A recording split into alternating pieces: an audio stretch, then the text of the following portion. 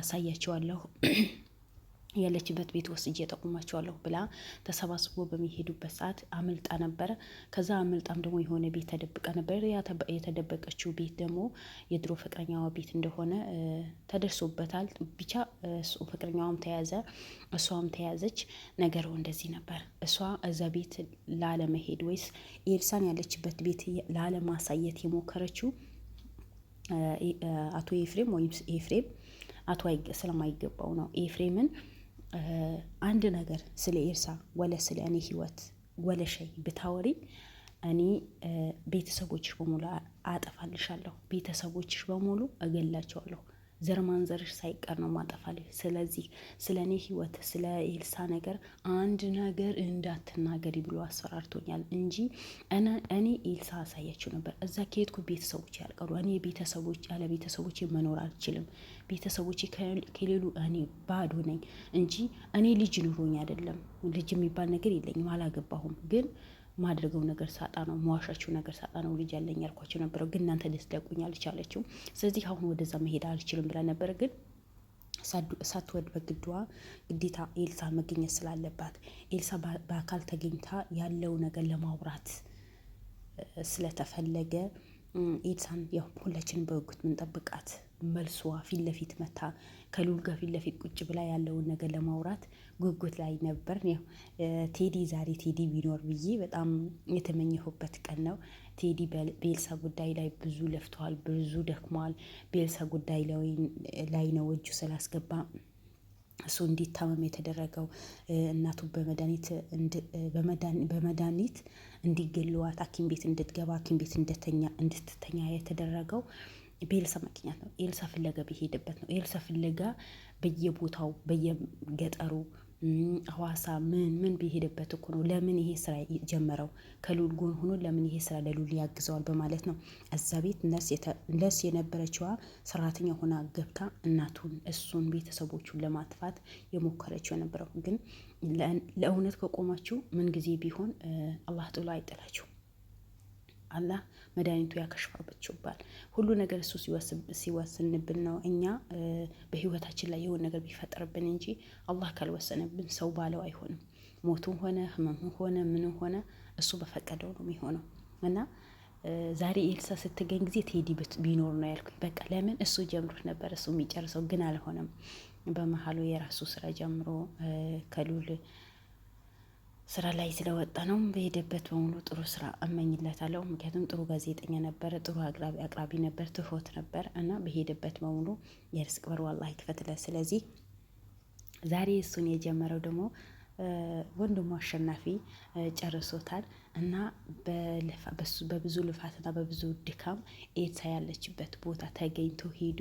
የሆነ ልጅ ነው ቤት ሚደል ልጅ ነው ተገኘ። እሱ ነው ቀጥታ እሱ ያለችበት ቤት ይዞ በስንት መከራ ብዙ ከተከራከሩ በኋላ ወንጀል የሚሰሩ ሰዎች ታውቋቸዋላችሁ ማለት እኔ ያላየሁም፣ እኔ ያላቃትም፣ እኔ እንደዚህ ናት፣ ወንድ ናት ወይ ሴት ነው፣ ማን ነው፣ ምንድን ነው ምናምን በቃ ብቻ ልዑልም ሆነ የልዑል አባላቶችን ለመሸወድ እኛ አናቅም ብሎ ነው የሚክዱት። ምክንያቱም ስራቸው በሆኑ የክደት ስራ ስለሆነ የውሸት ስራ ስለሆነ የሰውን ህይወት ቀምተው ለመኖር ስለሚፈልጉ ለብር ብሎ ስለሚኖሩ ለብር በቃ ማለት እኔ ህይወቴ አንድ ሰው ህይወት ለመኖር የሚፈልግ ከሆነ የሰው ህይወት እንዲኖር ይፈልጋል። እኔ የማልፈልገውን ነገር በሰው ላይ ማድረግ ነው። ግን እነዚህ ወንጀል የሚሰሩ ሰዎች በሙሉ ብቻ የራሳቸው ህይወት ለመኖር ይፈልጋሉ እንጂ ስለሌላ ሰው ህይወት ምንም ነገር አያሳስባቸው። ኖራችሁ አኖራችሁም አይዶን ኬር ነው የሚሉት እነሱ። ምንድነው ብቻ ራሳቸው ብቻ ይኖሩ፣ በቃ ምንም አያገባንም። እኛ እንብላ፣ እኛ እንልበስ፣ እኛ መኪና እንያዝ፣ እኛ ቀና ብለን እንሂድ፣ እኛ በብር እንሽና፣ እኛ ብር እንደፈለግን እንበትን። ሌላ ሰው ለምን ገደል አይገባ ነው? ቢበላ ባይበላ፣ ቢጠጣ ባይጠጣ፣ ቢታሰር ባይታሰር፣ ቢደበደብ ምንም ስለ ሰው ህይወት አያሳስባቸው። በቃ ነገራቸው በሙሉ ከብር ጋር ነው። የሰው ልጅ ሁሉ ምን ጊዜ ቢሆን የሰው ልጅ በህሊናው ሲጓዝ ነው ደስ የሚለው። እኛ ህሊና አለን። ህሊናችን በሚመራን ነገር መሄድ ነው ያለብን። ሰውም ሳናስከፋ፣ በመጀመሪያ ደረጃ የፈጠረን ፈጣሪያችን ሳናስከፋ፣ ከዛ ሰውን ሳናስከፋ መንገዳችን መጓዝ ነው ያለብን እንጂ ሁሌ ሰው ልጅ በስሜት ሁሌ ጊዜያዊ ብር እኮ ይሄዳል ይመጣል። ዛሬ ያገኘነው ብር ነገ እናገኘው እንችላለን። ግን ዛሬ ያገኘው ሰው ነገ ላገኘው ይችላለሁ። ዛሬ የጎዳኝ ሰው ነገ ሊጠቅመኝ ይችላል። ብር ዛሬ ሊጎዳኝ ይችላል፣ ነገ ሊጠቅመኝ ይችላል። ግን ብር ይሄዳል ይመጣል። ሰው መቼም አይሄድም። ሰው ነው። ብር ኑሮን እንኳን የፈለግነው ነገር ገዝተን ማንበላበት ጊዜ ይመጣብናል።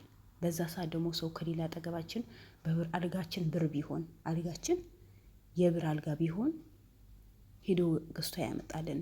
ሐኪም ቤት የሚወስደን ሰው ነው። በብራችን ብንታከም ሰው ከሌላ ሐኪም ቤት ማን አምጥቶ መጥቶ ነው የሚወስደን? አምቡላንስ ቢጠራ እኮ አምቡላንስ አነሰው አይንቀሳቀስም አይደል እንዴ? ስለዚህ በህይወት ዘመናችን እኔ ብቻ እንኑር አንበል። በቃ እኛ እንኑር እኛ እንብላ ነው እንጂ እኔ ብቻ ልብላ፣ እኔ ብቻ ልልበስ፣ እኔ ብቻ ሆኜ ነው መቀረው። ነገ ይጸጸተናል። ሰዎች ነን፣ ህሊና አለን። እኛ ከእንስሳ የምንለየው ሰው በመሆናችን ነው። ስለዚህ የዛሬ ህይወታችን ሳይሆን የነገ ህይወታችን ማየት አለብን። ዛሬ ደስተኛ ብሆን ነገ ሊከፋኝ፣ ነገ ሊወድቅ፣ ነገ ልታመም ይችላል። ተሰባሪ ነኝ። እኔ ከአፈር ነው የተፈጠርኩት። ፈጣሪ ከአፈር ፈጠረን፣ ወደ አፈር እንመለስ ነው። ስለዚህ እኛ ተሰባሪዎች ስለሆን በህይወት ዘመናችን ሰውን አለማስከፋት። በቃ እኔ ብቻ ብሎ መኖር አግባብ አይደለም። እኛ በቃ ሁላችንም ቢቸግረንም ቢደላንም ቢጠማንም እኛ ብለን ተሰባስበን ስንጓዝ ነው ደስ የሚለው። ስለዚህ እነዚህ ወንጀል የሚሰሩ ሰዎች በኤፍሬም ጉዳይ እንዳለ አቶ ማን ነው መሳይ ትላንት ተይዘዋል እንዳያቸው። በቃ እኔ ብቻ ልኖር፣ ሚስት ያላቃትም ልጆች ያላቃቸውም ብሎ ነው የካደው። ዛሬ ግን ኤልሳን የሚጠብቅ ጥበቃዋ ወይስ የኤፍሬም አገልጋይ የሆኑትን ኤልሳ የምትባል ልጅ አናቃት። ማናት ኤልሳ? ከየት ነው የመጣችው? እናንተ ማን ናችሁ? ኤልሳ ብሎ ነው የካደው ነበረው። ግን በመጨረሻ ምንድን ነው ያለው? ምንም ያገባችሁ ነገር የለም፣ ስለ ኤልሳ ምንም የምታረጉት ነገር የለም። ኤልሳ ጥሩ ህይወት ነው የምትኖረው። ኤልሳ የተደላደለ ኑሮ ነው የምትኖረው። ኤልሳ ጥሩ ህይወት ላይ ነው ያለችው። ስለዚህ ከኤልሳ ህይወት መውጣት አለባችሁ። ከኤልሳ ህይወት መውጣት አለባችሁ። ኤልሳ አቶ አሸናፊ ኤፍሬምን ፈልጋው ወዳው አፍቅራው ትኖራለች። በቃ የተደናደረ ኑሮ ስለምትኖር የፈለገችው ነገር በልታ የፈለገችው ነገር ጠጣ ደስተኛ ህይወት ስለምትኖር እናንተ ለካሜራችሁ ብላችሁ ነው ኤልሳን የምትፈልጓት እንጂ ኤልሳን እናንተ አትፈልጉም። ስለዚህ ከኤልሳ ህይወት ውጡ ብሎ ነው ራሱ ወንድ ሆኖ ራሱ ጀግና አድርጎ የተናገረው ነበረው። ምን ሆነም ቀረ መጨረሻ ላይ ያው በብዙ ክርክር በብዙ ልፋት አሸናፊ ብዙ ተከራክሮ ማነህ አንተ ከየት የመጣ ጋዜጠኛ ነህ? ያው ሰውን ከፍ ዝቅ ማለት ለእነሱ ነው። ታውቁታላችሁ። ብዙ ጊዜ የሉልን ቪዲዮ መከታተል ወይስ በእኔም ቤቱ ሆነ ቪዲዮ መከታተል ከጀመረን ቆይተናል። ስለዚህ የሰው ልጅን ከፍ ዝቅ በማድረግ ማን ባላቸው ጀግና ናቸው እኮ። ምክንያቱም ስራቸው በሙሉ ከብር ጋር የተያዘ ስለሆነ ስለሌላ ሰው ክብር የሚባል ነገር የላቸውም። ብቻ እነሱ የጊዜ ደስታቸው ነው የሚያዩት። እና ኤልሳ ምንም ከእናንተ የምትፈልገው ነገር የለም።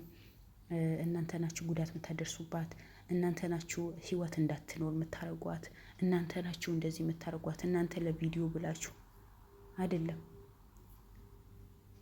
እሷ ኤልሳ የሰውን ህይወት ወይስ ለአንድ ሰው ህይወት አባቴ ይመልሳለሁ በማለት ነው እንጂ የገባችው እንጂ እናንተ ፍለጋ ወይስ ብር ፍለጋ አይደለም።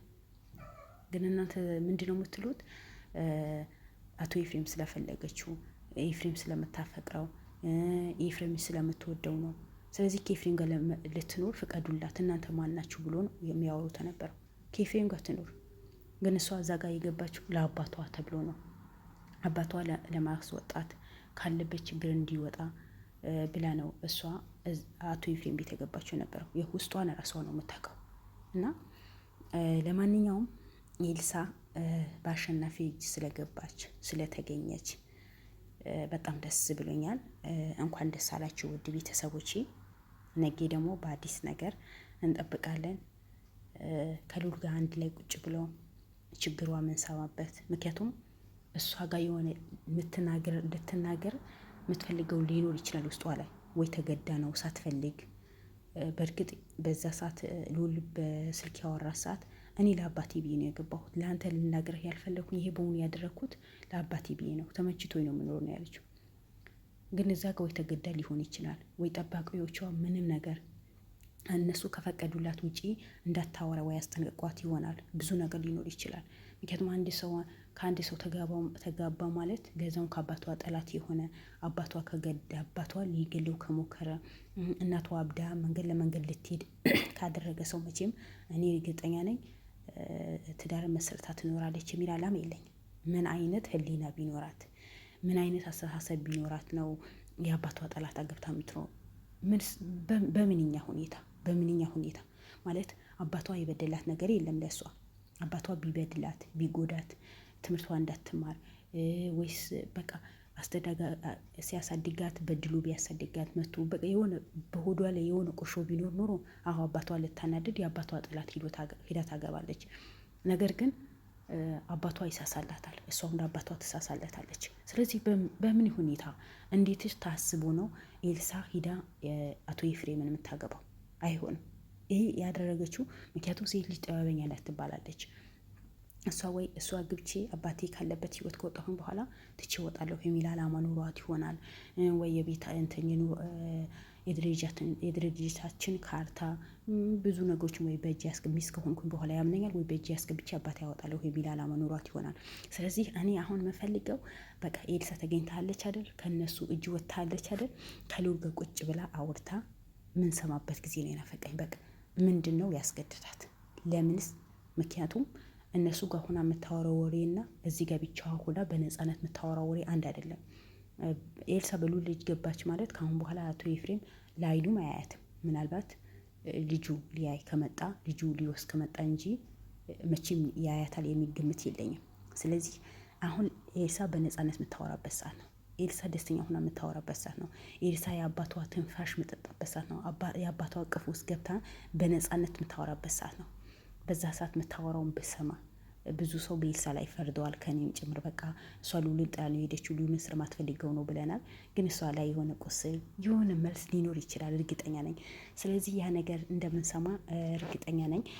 ልዑልን እንኳን ደስ አለህ በድጋሚ ብታገባትም ባታገባትም በጣም የምትወዳት በጣም መሳሳላት፣ እሷም እንደዛ መሳሳልህ ፍቅረኛህን ስላገኘህ እንኳን ደስ ብሎሃል። ቤተሰቦች እንኳን ደስ አላችሁ። ባይ ባይ። ወዳቸዋለሁ።